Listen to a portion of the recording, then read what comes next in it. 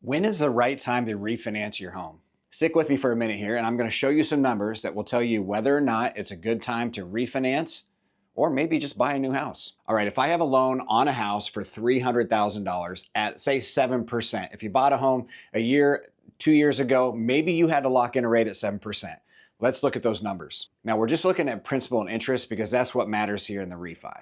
If I have a loan for $300,000 on a house at 7%, principal and interest is $1,995. All right, so today's rate of 6%, let's see what that adds up to. If you could get 6% on a $300,000 note, your payment drops down to $1,798, which is a difference of $197 per month. Now, when is the right time to refinance your home? Okay, so if I take that times 12, which 12 months out of the year, these are my savings, right? My savings add up to $2,364. Well, how much does it cost to refinance your home? You can refinance your home and the closing cost to do that is usually going to be right around $2,000.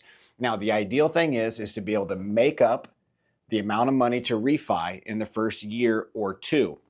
In this scenario, on a $300,000 loan, you're making that up plus $364 in the first year. Should you refi? Absolutely. But if you bought a home in 2022, 2023, and you're like, you know what, I was kind of forced into it because the house wasn't quite exactly what I wanted. There wasn't a whole lot of inventory. I see there's a lot more homes on the market. It might be a good time to sell your home because you're still getting good value for your home, but you can also get a better rate. So you could potentially move up in a home and stay at the same payment. Would that be of interest to you? Now let's look at a $500,000 property. The $500,000 note at 7% comes down to $3,326 per month.